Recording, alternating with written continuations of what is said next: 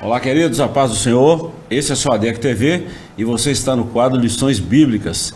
Com a graça de Deus, nós estamos começando o segundo trimestre de 2025. Uma lição nova, são 13 lições e falaremos sobre o tema "E o Verbo se fez carne", Jesus sob o olhar do apóstolo do amor.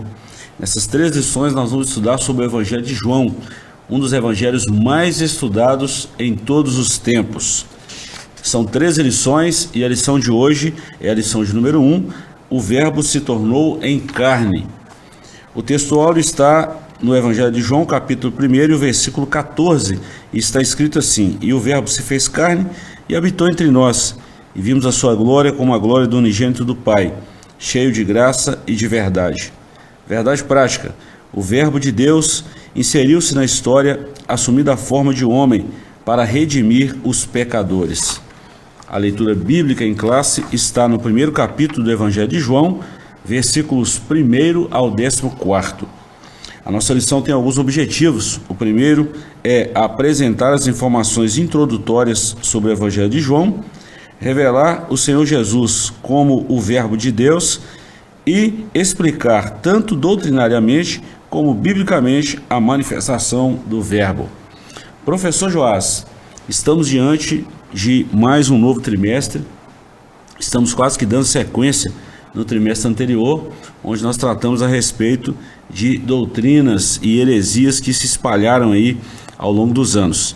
E falamos muito sobre Jesus na lição passada, mas agora nós vamos ter um foco, especificamente um olhar, uma lupa mesmo bem ajustada, um foco bem ajustado para o Evangelho de João e para a pessoa de Jesus. Lição doutrinária muito boa, um evangelho que é muito disputado aí nos estudos, nos comentários. Enfim, nós estamos diante de um trimestre maravilhoso. Com certeza. No trimestre passado, desde a lição 3, né, nós falamos de uma cristologia muito assim clara, né, apresentada por um apologeta, né, naquele comentário. E foram a lição 3, 4, 5... Cristologia foi um assunto bem aprofundado no trimestre passado. E agora nós temos um trimestre inteiro, né? A cristologia sob o olhar de João. E a gente com certeza vai poder extrair muitas pérolas, muita coisa boa, né, no decorrer desse trimestre aí, e que está só começando. Começa por aí, né? O Verbo se fez carne, a encarnação do Verbo, que foi tema da lição 3 do trimestre passado. Professor, para a gente começar a nossa aula e também falar do Evangelho de João, nós temos aqui algumas sugestões. Dessa vez a gente sempre recorre a livros, a informações, e a gente sempre cita, né? Dessa vez agora eu recorri a 3 materiais aqui, dentre muitos que eu tenho sobre o Evangelho de João, mas o nosso curso aí, o livro do nosso curso de teologia do IBAFEC, na bibliologia nós estudamos aí a cronologia bíblica, autor, data, não vamos falar muita coisa disso aqui. Também é um material do IBADEP, graças a Deus eu tenho esses materiais, e o IBADEP, tanto eu quanto você, nós fizemos o IBADEP há muito tempo, temos um carinho muito grande pelo IBADEP, e outros livros, eu tenho aqui alguns, depois a gente pode até falar, História, Doutrina e Interpretação da Bíblia, Joseph Angus, é um livro sensacional. Eu acho que todo teólogo precisa estudar, precisa ter esse material de apoio. Sem contar o material de apoio da própria lição do pastor Elianai Cabral, que nós tivemos o privilégio de conhecer, está sempre aqui nas nossas escolas bíblicas, e a gente conhece e pode falar assim com propriedade sobre o pastor Elianai Cabral. Professor, sobre o Evangelho de João, nós vamos ler a introdução e vamos dar um parecer. A primeira lição geralmente é aquela lição panorâmica, aquela visão panorâmica do assunto todo, né? Isso. Então hoje nós vamos estudar o autor, data, o local que foi escrito e a base do livro. Agora, a partir da segunda lição, daí para frente, aí nós temos já um assunto bem definido. Por exemplo, na próxima lição, número 2, o novo nascimento, a verdadeira adoração, Jesus, o pão da vida, lição 4, 5, a verdade que liberta, o bom pastor e suas ovelhas, e a 6, a lição 7, eu sou a ressurreição e a vida, uma lição de humildade, a lição 8, caminho, verdade e a vida, a lição 9, a promessa do Espírito, a 10, intercessão pelos seus discípulos, é o capítulo 17 de João, do julgamento à ressurreição, lição maravilhosa, essa lição 12, e a lição 13, renovação da esperança. Então hoje nós vamos dar uma introdução no que seria esse Evangelho de João, né, professor? O autor é tão conhecido que é um dos, o senhor já falou, né, um dos mais estudados, né? E assim, quando a gente tem o primeiro contato com ele, a impressão não é tão legal, né? É um dos filhos lá de Zebedeu chamado de Boanerges por Jesus, né? Então demonstra que ele tinha uma personalidade muito forte, talvez fosse muito iracundo e coisas nessa linha aí. Mas quando a gente lê o Evangelho, né, e depois a gente continua a leitura do Novo Testamento todo, chega lá no final, nas cartas que ele escreveu, a gente vê que já é uma outra pessoa, né? É o mesmo indivíduo, mas transformado pela convivência com Jesus. É o que diz aqui o nosso textuário, né? Nós vimos a glória do unigênito do Pai. Ele foi testemunha, né, da glória de Deus, e ele pôde tocar, ele pôde recostar a sua cabeça no peito dele, né? Então é um personagem muito amado, muito querido, muito conhecido por quem gosta de Bíblia, né, obviamente. Então é muito intrigante também nas questões da sua personalidade. Ele trata seus ouvintes de filhinhos, né? É muito amoroso lá no final, né? Uhum. No começo parece que é uma pessoa que é de difícil convivência, vamos colocar assim, né? E no final da trajetória é alguém que é muito amado e é muito amoroso, né? Com quem convive. Então é muito interessante a gente olhar para quem é Jesus sob a ótica desse personagem, né? Desse sujeito que escreveu sobre Jesus, da visão de alguém que conheceu, que foi testemunha, né, do que Jesus fez. Bom, alguns teólogos, alguns estudiosos até tem essa nomenclatura para João, aquele que ouvia as batidas do coração de Jesus, né? Por reclinar no peito de Jesus, era o discípulo amado. É muito bom esse Evangelho de João, tá? Eu particularmente gosto demais do Evangelho de João. Ele está fora dos evangelhos sinóticos e João traz uma conotação de Jesus que os outros não trouxeram. Não que é maior que os outros, nada disso. Não trouxeram de forma tão aprofundada. Isso, de forma clara. E João apresenta Jesus como Filho de Deus, como Logos. Já começa aí. Muito bom. Bom, professor, mas essa informação que você trouxe é muito legal. Os filhos do trovão, né? Mostra essa natureza impetuosa de João e essa transformação por Jesus. Isso é muito legal. Vamos lá. Nós já falamos aí um pouquinho da introdução de João. João destaca especialmente por centrar-se no ministério de Jesus em Jerusalém. Então, os 21 capítulos de João está ali mostrando que Jesus é o Filho de Deus. Então, nós já demos uma introdução. Vamos para o capítulo 1, o Evangelho de João. A autoria e data é o ponto 1, depois o propósito do Evangelho e a natureza de Jesus. O apóstolo João é o autor do Evangelho que leva o seu nome. A confirmação da sua autoria encontra-se no próprio texto, capítulo 21, versos 20 e 24, e também nos escritos denominados Pais da Igreja. E aqui nós temos Eusébio de Cesareia, Policarpo e outros mais, Justino Mártir, Irineu. Justino Mártir, se não me engano, nasceu no ano em que João morreu. Então, sim, está bem próximo ali, né? As informações bem próximas. Admite-se que tenha sido escrito entre os anos 80 e 90. De acordo com estudiosos, o Evangelho de João apresenta uma doutrina genuína sobre a divindade de Jesus Cristo. Assim, as expressões verbo divino e a palavra se fez carne são de grande importância nesse quarto Evangelho. Só destacar aqui, professor, alguém pode estranhar aí essas datas, né, entre 80 e 90, e a gente tem aqui muito material sobre isso. É uma forma assim vamos dizer assim, de datar a escrita. Então alguém pode pensar assim, mas e o ano 70 ali da destruição e tal? Então tem muita coisa aí na história, que essa diferença de 10, 15 anos é muito pouco e é muito aceitável. Então a maioria dos teólogos acredita que entre o ano 60 e 100. Então assim, é só por uma questão teológica e de curiosidade também, né? Esse nem é assim o consenso geral, né? Isso. Nessa década de 80, 90. há pessoas falando coisas diferentes, mas por isso que o autor teve esse cuidado aí, né? Admite-se, né? Bastante gente pensa assim, mas bastante gente pensa que foi antes, anterior até a destruição do ano 70, né? E assim, de qualquer forma, são questões secundárias, né? Não interfere muito conteúdo, né? na riqueza que é esse texto, né? Então, discussões assim sobre a autoria, seria mesmo esse João, o próprio livro diz, né? Então, mas ainda assim há discussões nesse sentido. Então, são discussões que despertam interesse em algumas pessoas, mas para o que a gente está propondo aqui no trimestre nem seria tão relevante, né? É verdade, são questões secundárias. Mas a gente precisa saber, né? Precisa saber dessas coisas. Verdade.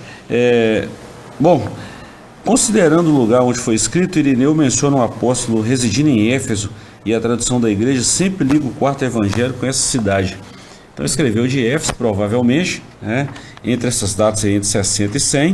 O pastor colocou aí que a maioria dos teólogos admite entre 80 e 90. Eu te mostrei aqui nos bastidores, eu tenho aqui um livro do Ibadep na época, que o pastor João de Deus deu uma aula pra gente lá. E isso aí é ouro em pó, não é? E ele fez muita anotação aqui. Depois a gente pode até citar em algum momento aí da lição. Professor, se tratando desse assunto primário, que é mostrar, né, o propósito do evangelho, é aqui que entra o cerne. Nós citamos isso aqui só por uma questão assim de capricho e para evitar algumas controvérsias de alguns que, vamos falar assim, que tenta vir com aquela crítica textual, né? Isso é muito perigoso e a gente tem que ter cuidado. Hoje esse é um assunto que a gente não pode passar batido, né? É um assunto secundário, mas a gente não pode saltar ele, né? A gente precisa entrar nesse comentário também, né? Verdade. Vamos lá, professor. Propósito do Evangelho, aqui é o cerne da lição.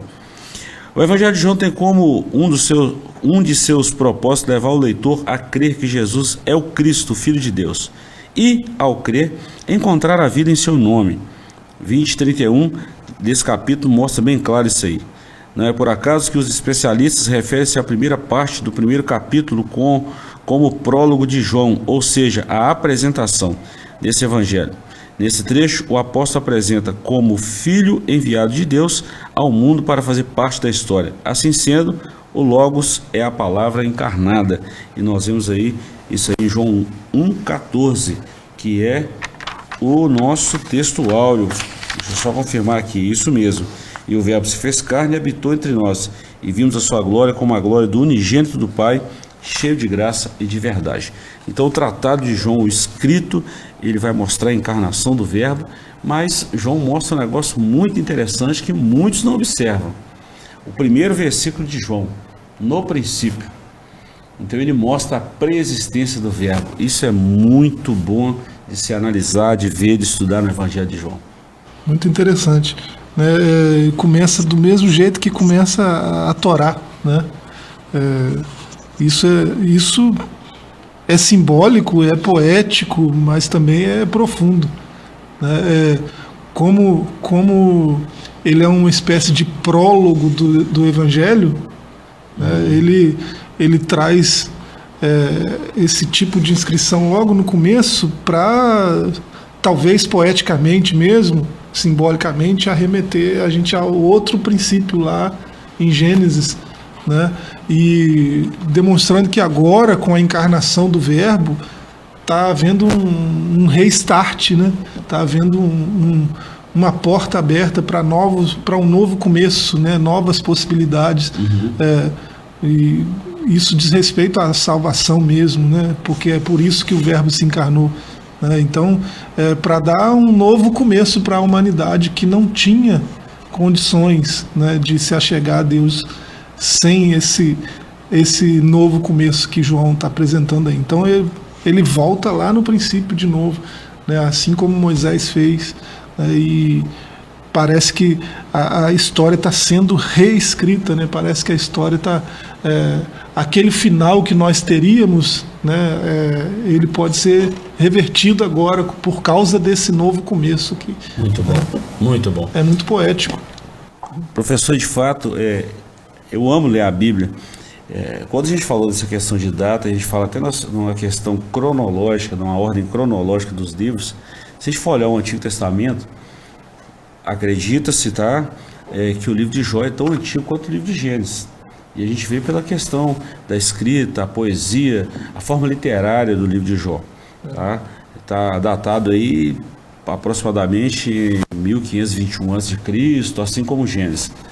São datas, e vou refalar de novo na história. Isso é aceitável, algumas variações. Questão de cronologia, a gente sempre fala de datas aproximadas, né? Isso. E assim, o senhor falou aí de Irineu e de outros que foram bem próximos, né? Já no primeiro e no segundo século da nossa era. Então, muito próximos de quando João faleceu, né? Foi o único apóstolo que faleceu de idade, né? Por causa da idade avançada. E assim, alguns desses patriarcas, desses pais da igreja, né? Alguns patrísticos, chegam a comentar que no ano 80, né? Então, bem próximo da destruição de Jerusalém, o Evangelho de João já circulava. Então, olha só, né? Então, se ele já circulava no ano 80, pode ser que ele foi escrito no ano 60, né? Então, a gente não pode cravar que foi 80, foi 90, né? Mas questões de cronologia, sim, são datas aproximadas. E tem muita gente que escreveu sobre isso, então a gente pode juntar os quebra-cabeças, né? E chegar a uma conclusão aproximada em questão de data. Ainda se tratando de cronologia, quem lê o Antigo Testamento vai ver que o último livro da nossa Bíblia, Almeida Revista Corrigida, Fiel, as Bíblias em português, o último livro é Malaquias. Se a gente pegar, por exemplo, a Bíblia hebraica, o último livro é 2 Crônicas, que conta o registro das histórias, o cativeiro, o retorno, etc, etc. E entre os livros, a Torá e os livros escritos, tá ali os profetas e estão exatamente na ordem. Quando a gente vai para o Novo Testamento, por incrível que pareça, segundo os estudiosos, os teólogos e todos que estudam a teologia, que amam a palavra de Deus, vão concordar com isso, que a primeira carta, o primeiro livro, vamos falar assim, escrito no Novo Testamento, foi a primeira carta de Paulo aos Tessalonicenses. Olha que legal. Depois o Evangelho de Marcos, né? 12 evangelhos, o Evangelho de Marcos foi o primeiro, e João foi o último evangelho. Isso é só a nível de curiosidade, mas o propósito é mostrar Cristo como Filho de Deus, como Verbo, como Logos, e esse Logos se fez carne e habitou entre nós. Isso é legal. Sobre a natureza de Jesus, apesar de o Evangelho de João sublinhar a forma clara, a dimensão divina de Jesus, o apóstolo também aborda a natureza humana.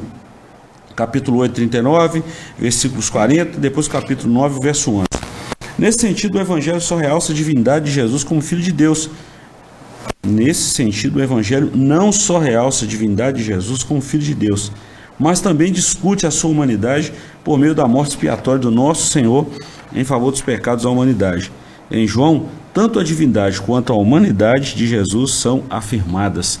Isso aqui é sensacional, professor, porque há aqueles que acreditam que Jesus veio só em carne, que não era Deus, e aqueles que acreditam também, que professam, nós já falamos disso aí no trimestre passado, não, o divino não pode se misturar com a matéria, ele está muito distante, muito longe de nós. E aqui a gente vê essas duas naturezas, a natureza divina e também a natureza humana. E tem uma série de textos aí que a gente vai citar durante o trimestre. Ele diz logo no primeiro capítulo, né, que o verbo, o Logos, era Deus. Né?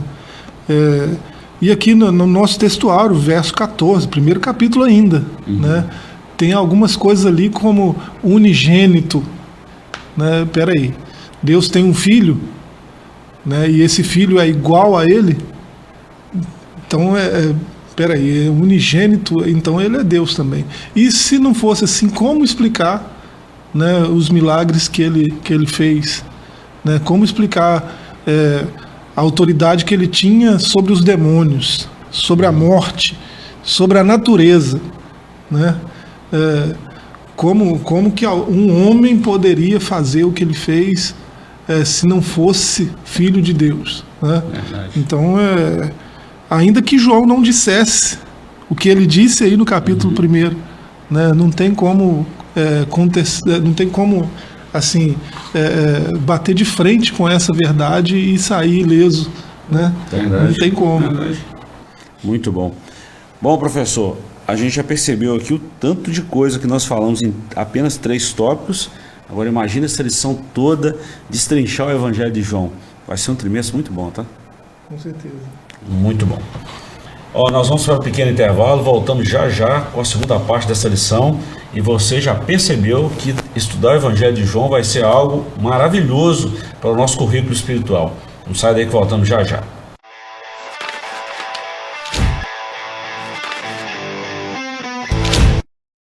Estamos de volta com o seu ADEC TV e estamos estudando aí o Evangelho de João. Só lembrando aí, o Verbo se fez carne. Estamos na primeira lição do segundo trimestre de 2025. Professor Joás, vamos lá no capítulo 2, Jesus, o Verbo de Deus, e por fim encerraremos a encarnação do Verbo. Nós vamos acelerar porque esse é o foco da nossa lição de hoje, é o foco que João mostra Jesus, né, que ele tem essa preocupação de mostrar o Verbo, o Filho de Deus, o Filho unigênito, e também ele mostra essa deidade, as duas naturezas de Jesus. Ponto 1, a revelação que ultrapassa o passado. Ponto 2, a natureza fundamental do Verbo. E o ponto 3, no princípio era o Verbo. Eu vou ler 3 parágrafos aqui, professor, e a gente faz um apanhado geral desse capítulo aqui. Quando o apóstolo João redigiu a introdução do primeiro capítulo do seu Evangelho, no princípio era o Verbo, versículo 1, é provável que tenha como referência Gênesis 1:1. Já falamos isso aqui. Esse primeiro versículo do Evangelho mostra que o Verbo é Deus, no princípio. Eu já até falei sobre isso em alguns estudos, professor. Ele, claro que lembra Gênesis 1:1 na criação, mas ele cita um período antes da criação também. Apocalipse 13:8, que é do mesmo autor João, ele mostra que o Cordeiro foi morto antes da fundação do mundo. Então esse princípio aqui nós podemos entender. E claro que ele mostrando a ação do Verbo na criação, a ação da palavra, do Logos, mas ele mostra também a preexistência desse Verbo na eternidade com Deus. Ele mostra que o Verbo é Deus. Desde a fundação do mundo, o Cordeiro já havia sido sacrificado, né, em favor da humanidade. Então, isso mostra a natureza de Deus, sua presciência, né, e tudo mais. E, assim, em se tratando de João e desse evangelho, e logo no primeiro capítulo aí, a gente vê o propósito, né, maior que João tinha em mente quando escreveu esse evangelho, né, mostrar a divindade de Jesus. Né? Os outros evangelistas já tinham demonstrado outros aspectos, né, colocado foco sobre outras particularidades, outros aspectos do ministério de Jesus, e João resolve focar na divindade de Jesus. E parece que é esse o propósito do seu evangelho. E a gente vai lendo o evangelho, a gente vai vendo as duas naturezas de Jesus em muita evidência, né? Ele mostra como Jesus é homem mesmo, carne e osso, e como esse homem é Deus mesmo, da mesma natureza do Pai, com o mesmo poder, com a mesma autoridade. Então, isso é fundamental, né? Aqui no Evangelho de João, como também nas suas cartas. Então, diante de tudo que a gente já falou aqui no primeiro bloco, né, a gente já fez uma introdução boa da intenção do autor, né, da personalidade do autor, da época, né, onde isso foi escrito, e agora sim a gente entra no propósito fundamental, né, no propósito primordial da sua escrita, né, de por que ele escreveu esse evangelho, que é revelar a divindade de Jesus. Bom, sobre a natureza fundamental do Verbo, nós estamos seguindo esse consenso aqui do primeiro tópico aqui, e a lição é muito pedagógica nesse intuito, né? Eu amo a revista da Escola Dominical, a EBD, exatamente por isso, é um estudo sistemático E ele tem essa pedagogia de seguir essa linha de pensamento. É por isso que é um estudo sistemático, né, professor? O verbo aqui é o logos, né? Essa natureza fundamental, né? Existe, além do conceito que nós que pensamos em português temos a respeito de verbo, há um conceito muito mais amplo, muito mais antigo, muito mais filosófico, teológico a respeito do logos, né? É uma ideia muito mais ampla. Seria, na filosofia, o que deu ordem ao caos, né? O que trouxe harmonia a tudo que existe, né? O que trouxe tudo à existência e mantém toda a existência em ordem. Essa é a ideia de logos, né? João chega dizendo que esse logos é Jesus, que ele estava com o Criador, com o Pai, né? Antes mesmo de tudo ser criado, lá no princípio, antes de tudo. Então ele já chega logo de cara com essa, já chega com essa ideia logo no começo, né? Dizendo quem Jesus é, e de onde ele veio, qual é a sua natureza, né? É tão interessante isso aqui, porque eu anotei aqui para não esquecer, dentro desse ponto, a natureza fundamental do verbo. O próprio João, o evangelista João, nas suas cartas, nas suas epístolas, né, que nós chamamos de epístolas joaninas, 1ª, 2ª e 3ª João, mas na primeira epístola, no capítulo 5 e o verso 7, ele fala isso. Olha o princípio que ele volta de novo, professor. Há 3 que testificam no céu. Isso aqui na linguagem humana é um tempo na eternidade. A eternidade não tem tempo, não tem início nem fim. Estou falando na linguagem humana para a gente entender. Há 3 que testificam no céu. Aí ele fala, o Pai, a Palavra e o Espírito. E os 3 são um. Então ele mostra aqui as 3 pessoas. E ele coloca a palavra no meio disso aí. Então, essa mesma palavra que ele usa, esse mesmo texto que ele usa em 1 João 5,7, é o mesmo que ele vai usar aqui no Evangelho de João, no capítulo 1. É o Logos, é a palavra. E olha que interessante. E esse versículo só está contido nos melhores manuscritos. Só. Né? Só para a gente corrigir uma situação que tem aí. Verdade. Com respeito à crítica textual. Né? Esses são os melhores textos. Verdade. Os que mostram quem Jesus é de fato. Né? Você falou um negócio muito interessante. Eu até anotei aqui uma citação. Deixa eu olhar aqui que eu vou voltar nisso aqui e vou fechar o pensamento disso aqui. O ponto 3 aqui, no princípio, era o verbo. Conforme já referimos no grego, no Novo Testamento, a palavra se traduz por verbo, a palavra que se traduz por verbo é logos, e significa palavra. O conceito de logos traz consigo a noção de expressão tanto da razão quanto da linguagem. Nesse sentido, a forma mais adequada de compreender esse termo relaciona-se com as maneiras pelas quais Deus se manifesta ao ser humano. Assim, o conceito mais apropriado para logos encontra-se em Jesus, que representa a expressão da divindade, a revelação de Deus. Eu volto aqui, professor, no que você disse aqui sobre os manuscritos mais antigos e os mais seguros, né? Esse texto de 1 João 5,7 tem até uma versão de uma Bíblia que a gente sempre fala nela, num tom assim não tão bom, que é a NTLH, a nova tradução da linguagem de hoje. Ela não cita esse versículo 7 de 1 João 5 como as outras Bíblias ressaltam. Isso é muito complicado. Tem alguns motivos para isso, né? Mas a gente não tem tempo para aprofundar isso aqui, né? Mas é por causa da crítica textual. A gente de vez em quando faz algumas críticas à crítica, né? E assim, alguns críticos textuais, né, o pessoal da alta crítica, eles têm como melhores textos um outro grupo de texto que não é tão confiável quanto o texto recebido, né? Textos receptos na linguagem mais correta, né? E assim, a gente sabe que eles não são confiáveis porque o conjunto maior deles, né, dos textos críticos, vieram a público num momento onde eles estavam para ser destruídos, né? O negócio era tão bom que gente que entendia de escritura, gente que se dedicou a vida a estudar os manuscritos que foram encontrados, né, recentemente, né, em Qumran, né, os manuscritos de Qumran, né, como preferirem.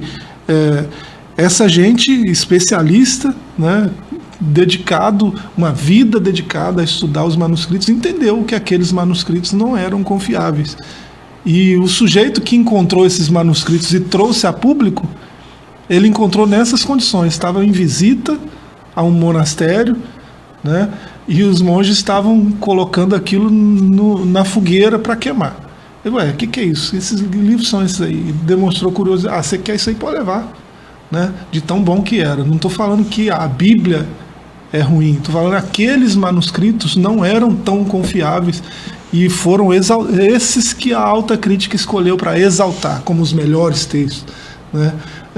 Isso é uma discussão mais ampla, né? A gente pode falar disso com muito mais propriedade, numa outra ocasião que a gente tiver mais tempo, talvez dedicar só a isso, né? A falar disso é uma ideia boa para a gente discutir, né? Mas os melhores textos já estavam à disposição da igreja há muito tempo, né? Não são esses aí.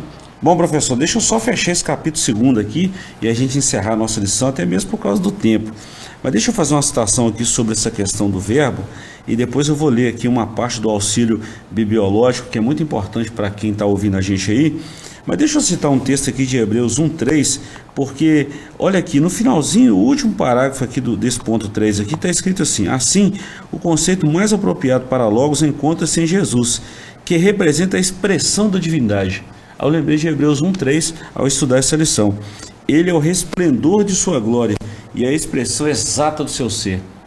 Tem uma versão que fala: o Filho brilha como o Pai, ou o Filho brilha como o brilho do Pai. É a perfeita semelhança do próprio Deus. Então, João apresenta esse Logos, essa palavra. Olha que coisa assim maravilhosa estudar sobre esse verbo. Nós estamos falando, João está nos apresentando, né, aquele que é a resposta, aquele que é a concretização da primeira promessa da Escritura. Muito bom. Né? João começa seu evangelho, se ele escrevesse em hebraico, ele ia escrever do mesmo jeito que Moisés começa Gênesis, né? Bereshit. Ele começa o evangelho falando do princípio. E no capítulo 3, no verso 15, ele fala da semente da mulher que esmagaria a cabeça da serpente. É a primeira promessa da Escritura, primeira promessa da Torá. Essa grande promessa se cumpriu aí, né? Quando João fala que no princípio, né, era o verbo, e o verbo se fez carne e tabernaculou entre nós.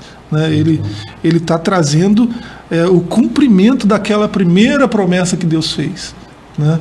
E se ele cumpriu a primeira promessa, a gente não pode duvidar que ele vai cumprir da mesma forma todas as outras que ele fez. Né? E a Bíblia é o livro das promessas. Né? Eu sempre falo isso, professor, que a parte mais difícil do cumprimento da promessa ele já fez. Quem enviar o filho morrer no nosso lugar. Essa é a parte mais difícil. A parte mais fácil, que seria o retorno para buscar o seu povo, ele não vai fazer. A parte mais difícil do trato ele já fez. Já cumpriu, já aconteceu. E então, a gente não está romantizando nada. Né? Jesus é o personagem mais observado em toda a história. Né? Ele nunca escreveu um livro, mas a gente lê todos os livros que falam dele. Né? Ele nunca cursou teologia, medicina, mas ele continua curando pessoas até hoje. Né? Então, Jesus não tem mestrado, doutorado, mas a gente se debruça há séculos, há milênios sobre as coisas que ele falou. Então, a autoridade dele, nós falamos aqui no final do trimestre passado, na lição, né, a autoridade com que ele falava deixava gente que citava a Escritura inteira de cor, sem ler uma linha, deixava essa gente pasmada, né, deixava essa gente assim atordoada. Mas como? Né, como que ele faz isso? Né? Então, nós estamos falando de um personagem que não poderia ser inventado.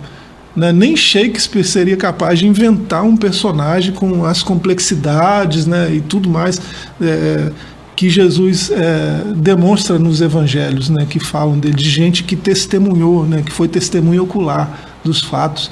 Então Jesus, do jeito que João apresenta, né, a gente não tem outra alternativa a não ser se render à verdade que está sendo apresentada, né, e muitos têm feito isso ao longo de toda a história. Bom, professor, eu li um negócio há muitos anos atrás, deve ter mais ou menos uns 15 a 20 anos atrás, e eu nunca esqueci disso, exatamente porque a gente vende contas, números, etc. Mas eu li um negócio do professor Hélio, ele escreve muito para a Sola Escritura, não sei se escreve ainda, mas na época, vamos colocar aí, pelo menos 20 anos atrás, ele escrevia muitos artigos, e ele falou que as profecias que se cumpriram em Jesus, humanamente falando, é impossível de tudo isso acontecer com a mesma pessoa. Poxa. Aí ele colocou um número aproximado, é como se fosse 157 elevado à 10ª potência. Ixi. É um número quase que inimaginável. Matematicamente improvável, impossível. Mas que a gente vê todas as profecias cumprindo em Jesus. Nasceria em Belém, Efrata, que é a menor cidade, as suas vestes seriam lançadas sorte sobre ele, nenhum de seus ossos seria quebrado, ele tomaria uma sepultura emprestada, ele seria chamado Filho de Deus, seria chamado Filho do Homem. Seria exilado no Egito. Seria exilado no Egito. Haveria uma matança no seu nascimento, no período. Quais as chances, né? Entendeu? Tem N aí, né? Lançariam sorte, seria vestido como rei, seria maltratado. Olha a profecia de Isaías 700 anos antes disso acontecer. Uma questão que, assim, ele próprio não tinha controle, né? Vamos colocar assim, digamos, alguém quisesse se passar pelo Messias, né? Peraí, como é que ele ia escolher? Eu vou nascer de uma virgem em Belém. Já começa por aí, né? Mas assim, você vai lá no final da história, né? Como é que ele ia controlar os guardas como é que ele ia combinar com os guardas? Depois que eu morrer, você tira sorte sobre as ervas, porque o profeta escreveu. Né? Não tem como, né? Muito impossível, muito improvável. A gente vai lembrando, vai lembrando. O profeta disse que um dos seus laços seria perfurado, teria os pés e as mãos marcados, profecia de Zacarias 13:6. E nós poderíamos citar aqui, Isaías foi o que mais profetizou, 7:14, 9:6, 53, depois sobre o reino milenar, Isaías 65, 66. É muita coisa, nós ficaríamos aqui horas e mais horas e não daríamos conta de falar. Jesus é extraordinário. Teve uma pesquisa que fizeram numa universidade americana que eu tive acesso recentemente, e assim, o professor perguntou, né, nessa pesquisa, né, uma das perguntas foi se você pudesse passar 24 horas com um personagem histórico, com quem você passaria? 84% dos alunos respondeu Jesus Cristo. Olha bem. Numa universidade que não são 84% cristãos. Né? Pelo contrário, tem muitos ateus. Né? Então, até os ateus, né? Esse personagem é incrível, intrigante. Né? Ele exerce uma atração, né, sobre a humanidade, não por acaso. Ele escreveu, João registrou, né, me parece que é no capítulo 12 do Evangelho, que quando ele fosse levantado, né, quando a cruz subisse lá com ele, pregado nela, ele atrairia todos a ele. Né? Então, esse poder de atração que ele tem sobre nós não é casual. Não. Né? Ele disse que seria assim, ele já sabia. Professor, nosso tempo está fechando aqui. Deixa eu só citar o ponto 3 aqui, o capítulo 3, a manifestação do Verbo e a luz do mundo, o privilégio de nos tornarmos filhos de Deus e a manifestação e a habitação do Verbo. Já falamos tudo isso aqui, que ele se tabernaculou. Eu gostei quando você falou isso, porque dá uma ideia de tabernáculo, morada, casa. Ele fez casa entre nós. Eu fiz uma anotação do negócio aqui, professor, e eu quero só ler aqui e a gente fecha. Sobre o verbo, tá? Enquanto na filosofia grega está no auxílio biográfico, tá? Bibliológico, verdade. Enquanto na filosofia grega o logos significa o princípio da razão que governa o mundo, o pensamento, na cultura hebraica é outra forma de referir-se a Deus. Assim, a descrição de Jesus como verbo feita por João indica claramente que ele se refere a um ser humano que conheceu e amou, mas ao mesmo tempo criador do universo, a suprema revelação de Deus, a deidade encarnada. O retrato vivo da santidade de Deus, o único em que tudo subsiste. Para os leitores judeus, afirmar que Jesus é a encarnação de Deus é blasfêmia. Para os leitores gregos, dizer que o Verbo se fez carne é inconcebível. Para João, o novo entendimento sobre o Verbo eram as boas novas de Jesus Cristo. Eu achei isso aqui maravilhosíssimo. Extraordinário, né? Muito bom. Professor, fechando aqui, eu quero só deixar uma observação. Falei sobre isso, o pastor João, nos últimos instantes dele, eu tive muito acesso a ele, muita coisa anotada aqui que eu tenho, vou carregar isso comigo para a vida toda. E eu achei muito interessante isso aqui, eu anotei. Quando Deus criou o universo, ele deu uma ordem, ele liberou sua palavra. Quando Deus criou o homem, ele pôs a mão na massa, no barro mesmo, e formou o homem. Mas quando Deus foi salvar o homem, ele entrou no barro. Ele se tornou um de nós, ele se fez carne. E aqui entra essa maravilhosa essência do Evangelho de João. Quem diria, né? Deus em carne e osso. Muito extraordinário. Bom. Muito bom. Professor, obrigado por hoje. Nós ficamos aqui e quero que você deixe aí uma palavra para os nossos irmãos, amigos que estão conosco, o que será desse trimestre aí de muita coisa boa vindo. Vai ser bênção, né? Principalmente quem tiver a oportunidade, né, de estar conosco numa das nossas classes, né, numa das nossas salas aí de aula da IBD, vai ser muito bom. Obrigado, professor. Deus te abençoe. Nos despedimos aqui, se Deus nos permitir, voltaremos na próxima semana com a segunda lição desse trimestre maravilhoso, estudando sobre o Evangelho de João. Na segunda lição nós vamos falar sobre o novo nascimento. Deus te abençoe e até lá, na permissão do Senhor. Abraço, fiquem todos com Deus.